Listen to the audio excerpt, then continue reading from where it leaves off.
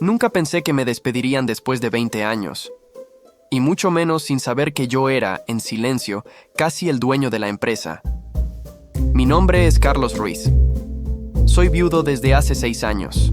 Mi esposa, Mariana, falleció en un accidente que todavía me arranca el aire cuando lo recuerdo. Tengo un hijo, Luis, que ya es adulto y vive en otra ciudad. El trabajo era lo único que me quedaba. Mi rutina, mi sentido. Llegaba antes que todos, me iba después. Y aunque no era de muchos amigos, los compañeros me respetaban. Silenciosamente, me admiraban porque siempre resolvía lo que nadie más podía, incluso sin que me lo pidieran. Me llamaban el sensei de la empresa en voz baja, como si fuera un secreto de pasillo. Todo empezó un lunes cualquiera. Entré como siempre, a las 7:45 am, con mi café en mano y el saludo de los guardias que ya conocían hasta mi rutina de paso. Nadie me esperaba, no había reuniones agendadas, el aire olía igual. Mezcla de tinta de impresora, desinfectante barato y los perfumes que se iban mezclando en la recepción. Todo parecía normal, pero había algo raro en las miradas, como si ya supieran algo que yo no. A las 11:10 recibí un correo. Asunto: reunión urgente de alineación, de parte del nuevo CEO, Iván Gutiérrez. Llevaba 3 meses en el cargo. Joven, MBA extranjero, sonrisa forzada, de esos que hablan de cultura como si se pudiera importar en cajas. Prepotente, con esa costumbre de corregir a todos en público para marcar jerarquía. Gritaba a los empleados por diversión. Nadie se atrevía a contradecirlo. Cada que alguien le estorbaba, lo despedía. Su oficina cambiaba de auto cada 6 meses. El último, un Audi RS7 negro con rines brillantes, lo presumía como si fuera una extensión de su ego. Una vez lo escuché decir que el talento viejo debía irse con dignidad. Supongo que hoy le parecía gracioso aplicarlo. Subí al piso 6 con el estómago apretado. El elevador se abrió con un ding que sonó más fuerte de lo normal. El pasillo estaba en silencio. A esas horas, pocas personas caminaban por ahí. Me dirigí a la sala de juntas, la que tiene esa mesa larga de madera y ventanales con vista al estacionamiento. Al entrar, noté que ya había 2 personas de recursos humanos sentadas una frente a la otra, vestidas formales, serias, sin sonreír. Iván estaba al fondo de la mesa, solo, con un sobre blanco en las manos. No había agua, ni café, ni las típicas carpetas con gráficas o presentaciones. Solo silencio. Un silencio tenso, cargado, que se sentía en la piel. Por un segundo pensé que tal vez se trataba de un ascenso o una reestructuración que me pondría al frente de algo más grande. Me había ido bien últimamente. Había cumplido con todo, incluso con lo que no me tocaba. Carlos, dijo Iván sin rodeos, vamos a hacer algunos cambios en la estructura. No es personal, pero hoy será tu último día con nosotros. Me quedé quieto. No entendí. Literalmente, no entendí. Lo miré en silencio, esperando algún gesto que suavizara lo que acababa de decir. Lo miré como se mira a alguien que está haciendo una broma de mal gusto, como esperando el remate, una risa. Algo. ¿Me estás despidiendo? No es un despido, es una desvinculación por reestructuración. Hay un paquete de salida, podés revisarlo con legal. Queremos que sea una transición tranquila, un paquete de salida, después de 20 años. 20 años. ¿En qué momento decidieron esto? Fue una decisión del comité directivo. Buscamos perfiles más digitales, más ligeros. Ligero. Yo, que había diseñado la base de datos de clientes cuando todo se llevaba en carpetas. Que me quedé noches enteras para levantar servidores caídos. Que conocía cada rincón de esa empresa mejor que el arquitecto que la diseñó. Firmé. Me dieron una caja. Puse mis cosas. El portarretratos de mi hijo, una libreta, un par de plumas. Salí sin hacer ruido. O eso creí, porque algo se estaba gestando. Pero lo que Iván no sabía es que yo tenía acciones de la empresa. No muchas, según yo. Apenas un 12% que compré en 2008 cuando don Ernesto, el fundador, ofreció vender participaciones internas en plena crisis. Invertí todo. Mi bono de ese año. Mis ahorros. Nunca vendí. Nunca revisé. 2 días después del despido, buscando papeles para actualizar mi CV, encontré el sobre del fideicomiso que don Ernesto había creado para proteger sus acciones más queridas. Una nota manuscrita decía: Carlos, si estás leyendo esto, es porque llegó el momento. Habían pasado años. Me estremecí. Llamé a Luisa, mi abogada. Lo que descubrimos fue surrealista. Don Ernesto, antes de vender su participación al Fondo de Inversión Extranjero, había transferido en silencio un 40% adicional de su paquete al fideicomiso que me incluía. Suma total, 52%. Las condiciones del fideicomiso establecían que ese poder solo se activaba si yo dejaba de ser empleado por decisión de terceros. Un tecnicismo, una cláusula olvidada, un regalo camuflado en años de silencio. Era el dueño. Con el corazón a mil, llamé a la oficina del consejo directivo. La reunión se pautó para el viernes. Esa semana no dormí. Luisa preparó documentos. Llamamos a contadores, revisamos actas y armamos un caso tan sólido como el acero. Viernes, sala de consejo. Iván estaba presente sonriendo como siempre, con ese aire de aquí mando yo. Cuando la presidenta del consejo le pidió que se quedara, su cara cambió. Señor Gutiérrez, Carlos Ruiz ha solicitado ejercer su derecho como accionista mayoritario. ¿Accionista qué?, dijo riéndose. Dueño del 52% de la empresa, intervino Luisa, con un dossier en la mano. Legalmente puede solicitar su restitución, o en su caso, cambios estructurales inmediatos. No es ninguna broma, dijo Luisa con voz firme, sin levantar la vista del dossier que sostenía. Nuestro abogado lo revisó esta misma mañana. Todo está en orden, legal y registrado ante notario. Hizo una breve pausa, como para asegurarse de que todos en la sala la escucharan con claridad. Don Ernesto le cedió sus acciones en vida a Carlos. No fue un testamento, ni una promesa al aire. Fue una cesión voluntaria, directa y perfectamente válida. Sus ojos buscaron los míos por un instante. Eso resuelve el misterio que tantos años flotó en el aire. Ahora sabemos quién era realmente el accionista mayoritario. Y está sentado aquí. El silencio se volvió más denso. Iván tragó saliva, aún sin atreverse a hablar. Al fondo, alguien se removió incómodo en su asiento, pero nadie dijo nada. Todos sabían que, a partir de ese momento, las reglas del juego habían cambiado. Iván se puso rojo. Sudaba. Intentó balbucear algo, pero la presidenta lo interrumpió. Señor Ruiz, ¿desea tomar la palabra? Me levanté. Mis manos temblaban. ¿Estás hablando en serio? Es una broma, ¿no?, dijo Iván al verme de pie. No es ninguna broma, dijo Luisa. Lo revisó nuestro abogado esta mañana y todo es verdadero. Don Ernesto le cedió sus acciones en vida. Eso resuelve el misterio de quién era el accionista mayoritario. Entonces dije en voz alta: lo que pasó conmigo fue más que un error. Fue una muestra de ceguera, soberbia y desprecio por la historia de esta empresa.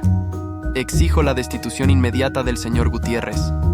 Por inepto, por arrogante y por haber despedido al verdadero dueño de la casa sin siquiera saber a quién le estaba cerrando la puerta en la cara. Silencio, tenso, cargado de algo eléctrico. Fue entonces cuando la puerta del despacho se abrió de golpe. Un grupo de personas entró con determinación, como si hubieran ensayado cada paso. Me rodearon de inmediato, bloqueando cualquier posibilidad de salida. Entre ellos, reconocí al abogado de la empresa y a varios miembros de la junta directiva. Uno de ellos, Osvaldo, un hombre altivo y pedante, siempre ansioso por demostrar autoridad, se adelantó y, sin miramientos, me dijo: necesito que te retires. Hemos revisado tus documentos y determinamos que todo es inválido. Así que, por favor, sal de esta oficina. Las palabras cayeron como un martillazo. Vi cómo la expresión de Luisa se transformaba en una mezcla de sorpresa e incredulidad. La escena parecía irreal. Dos miembros del equipo de seguridad, conocidos míos desde hacía años, se acercaron. Evitaban mirarme a los ojos. Sus rostros estaban cargados de pena. A pesar de todo, cumplieron la orden. Me tomaron suavemente por los hombros y me guiaron hacia la salida. En ese momento supe que algo mucho más grande se estaba gestando detrás de mi espalda. Días después, recibí un correo que confirmaba mis sospechas. El equipo legal de la empresa se había movilizado. Alegaban que la transferencia de acciones era inválida por no haberse registrado formalmente, que había vacíos legales en los estatutos y que todo debía ser revisado por un juez. Una jugada desesperada, pero efectiva. El proceso legal se activó. Y así comenzó el juicio. Meses de documentos, alegatos, contrademandas. El proceso legal se volvió una guerra silenciosa, donde cada firma, cada palabra escrita, podía volverse un arma. Me sentía solo, pero no lo estaba del todo. Fue entonces cuando conocí a la licenciada Gabriela Mendoza, una abogada especializada en derecho corporativo, de carácter firme y mirada aguda. Fue recomendada por un viejo contacto del sector financiero, alguien que aún creía en mí. Desde nuestra primera reunión, en una cafetería anodina cerca del juzgado, supe que ella no tenía intención de perder. «Van a intentar cansarte», me dijo mientras hojeaba las copias de los documentos que le entregué. «Esto no es solo una batalla legal, es una guerra de desgaste. Pero si lo que dices es cierto, hay forma de hacer que se les caiga el teatro». Gabriela exigió al juez una auditoría forense de los movimientos financieros de la empresa. Y ahí fue cuando ocurrió lo impensable. Se destapó un desfalco millonario, pero no fue por azar, fue por despecho. Una tarde, semanas después de comenzar la auditoría, apareció Clara, la esposa de Iván, en mi oficina improvisada. Un cuartito prestado por un amigo en una agencia de seguros. Vestía sobrio, con gafas oscuras que no alcanzaban a ocultar sus ojos hinchados. Caminaba con la firmeza de quien ya no tiene nada que perder. «Sé quién eres», me dijo apenas cruzó la puerta. «Y sé lo que mi marido te hizo. Pero también descubrí algo peor». Abrió su bolso y sacó una carpeta manila, gastada en las esquinas.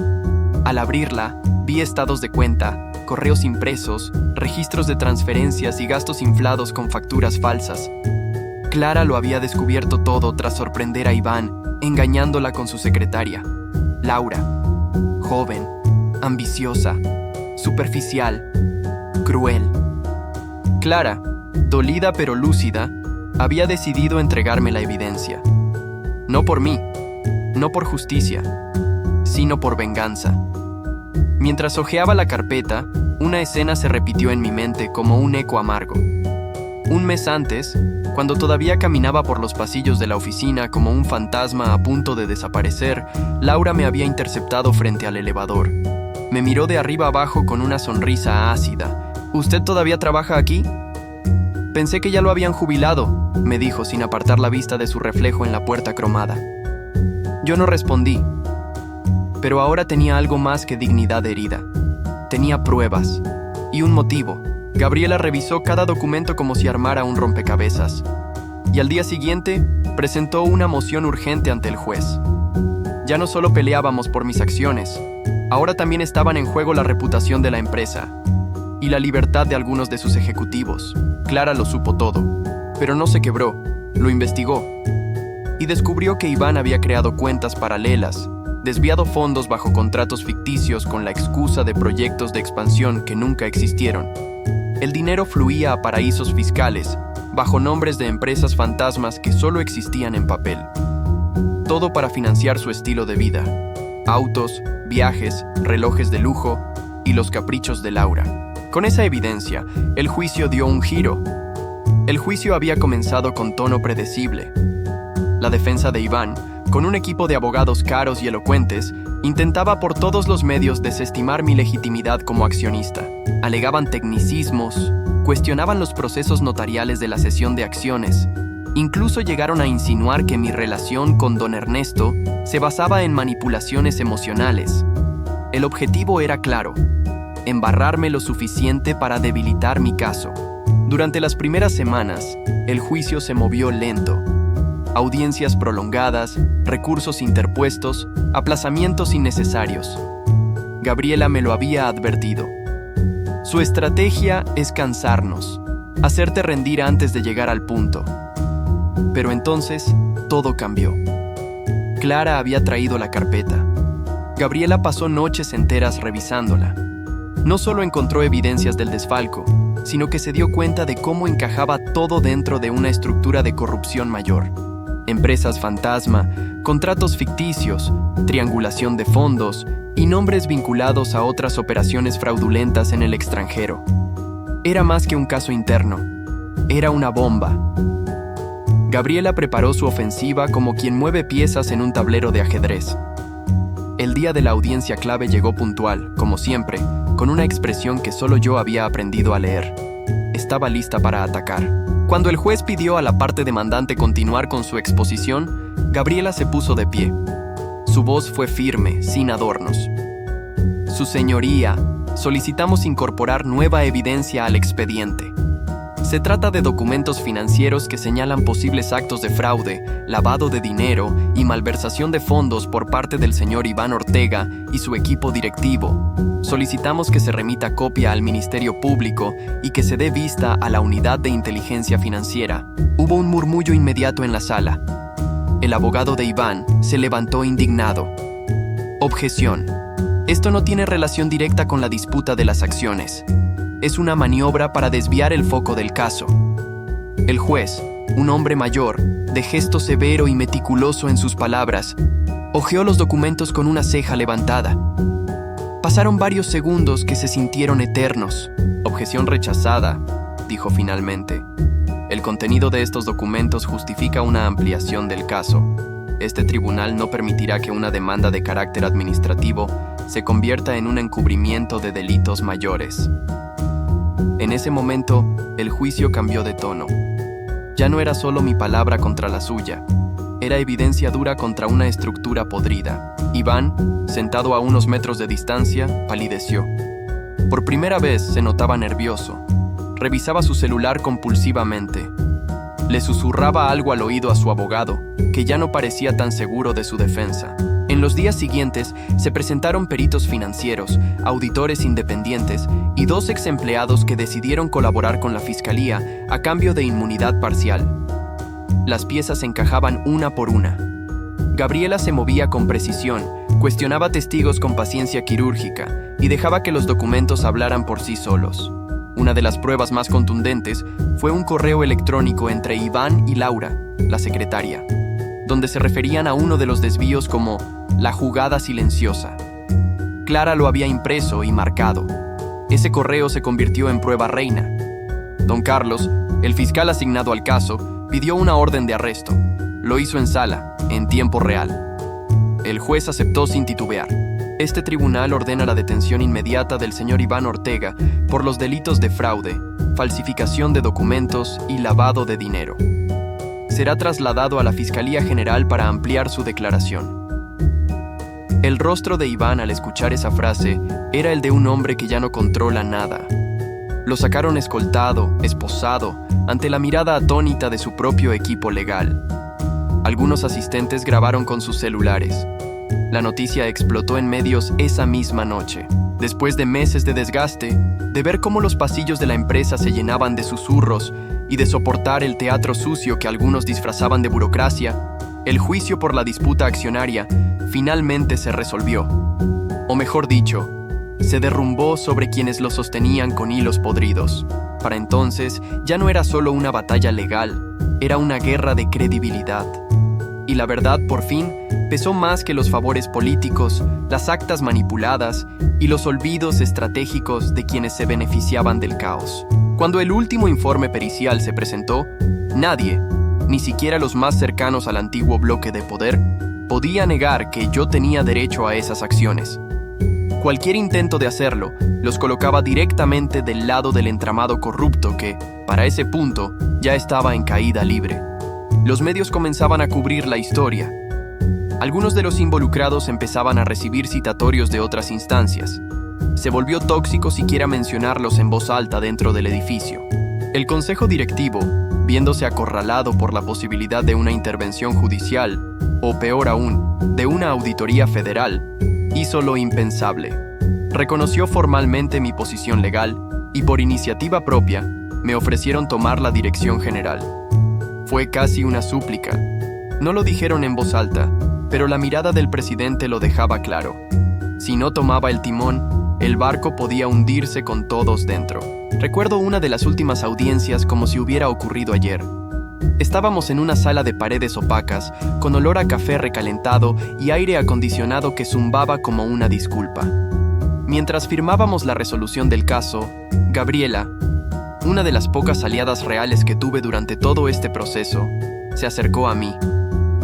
Había estado ahí desde el principio, silenciosa, astuta, documentando todo sin hacerse notar demasiado. Me tocó suavemente el brazo y, antes de irse, se inclinó lo suficiente como para susurrarme algo que todavía me resuena cada vez que entro a la oficina. Esto no fue solo ganar, me dijo. Fue limpiar el terreno. Ahora sí puedes construir algo de verdad. Y tenía razón. Porque lo que vino después no fue solo una nueva administración. Fue una reestructuración quirúrgica. Sin show, sin discursos épicos, pero con una claridad implacable. Cada decisión que tomé fue para desmontar lo que se había podrido desde adentro y reemplazarlo por algo que pudiera sostenerse por sí mismo. El primer paso fue abrir todos los libros contables, sin excepción. Contraté a un equipo externo de auditoría con reputación intachable. Ninguno de ellos tenía vínculos con la empresa ni con el consejo. Lo que encontraron confirmó muchas de mis sospechas. Desvíos disfrazados de consultorías, pagos fantasmas, contrataciones cruzadas con proveedores que no existían fuera del papel. En paralelo, reformulé el organigrama. Reduje los sueldos inflados de los altos mandos, eliminé bonos por fidelidad, que solo premiaban la complicidad, y creé un sistema de incentivos reales basado en desempeño operativo. Reasigné presupuestos que antes se evaporaban en reuniones estratégicas a departamentos clave como innovación y logística. En menos de 6 meses, los márgenes operativos comenzaron a mejorar, lentamente al principio, luego, de manera sostenida y notoria. Pero lo más interesante no sucedía en los balances, sino en las sillas del consejo directivo. Uno a uno, comenzaron a renunciar, al principio con excusas vagas, problemas de salud, cambios de residencia, proyectos personales, pero todos sabíamos lo que pasaba. Las investigaciones paralelas seguían su curso y cada mes aparecía un nuevo citatorio o una nota en los medios revelando más conexiones turbias con proveedores, políticos o fundaciones ficticias. Algunos intentaron negociar, otros simplemente desaparecieron del mapa, tratando de que su nombre se perdiera en el olvido antes de que alguien lo encontrara en un expediente judicial. No todos acabaron en la cárcel, pero todos sabían que quedarse era arriesgarse a algo peor. Yo no me regodeé, no publiqué comunicados grandilocuentes ni vendí mi historia como un triunfo personal, pero internamente sabía lo que habíamos logrado. En un año, la empresa no solo era rentable, era respetada. Clientes que antes dudaban en renovar contratos ahora buscaban alianzas a largo plazo. Proveedores nos ofrecían mejores condiciones. Incluso los empleados, que durante tanto tiempo caminaron por los pasillos como si fueran campos minados, comenzaron a sonreír, a proponer, a quedarse después del horario solo porque querían terminar algo bien hecho. Gabriela me visitó una noche, ya tarde, cuando las oficinas estaban casi vacías. Entró sin anunciarse como siempre. ¿Lo ves?, me dijo sonriendo. No era solo limpiar, era sembrar. Y esta vez, sí lo sentí. Estábamos sembrando algo que, por primera vez en años, merecía crecer.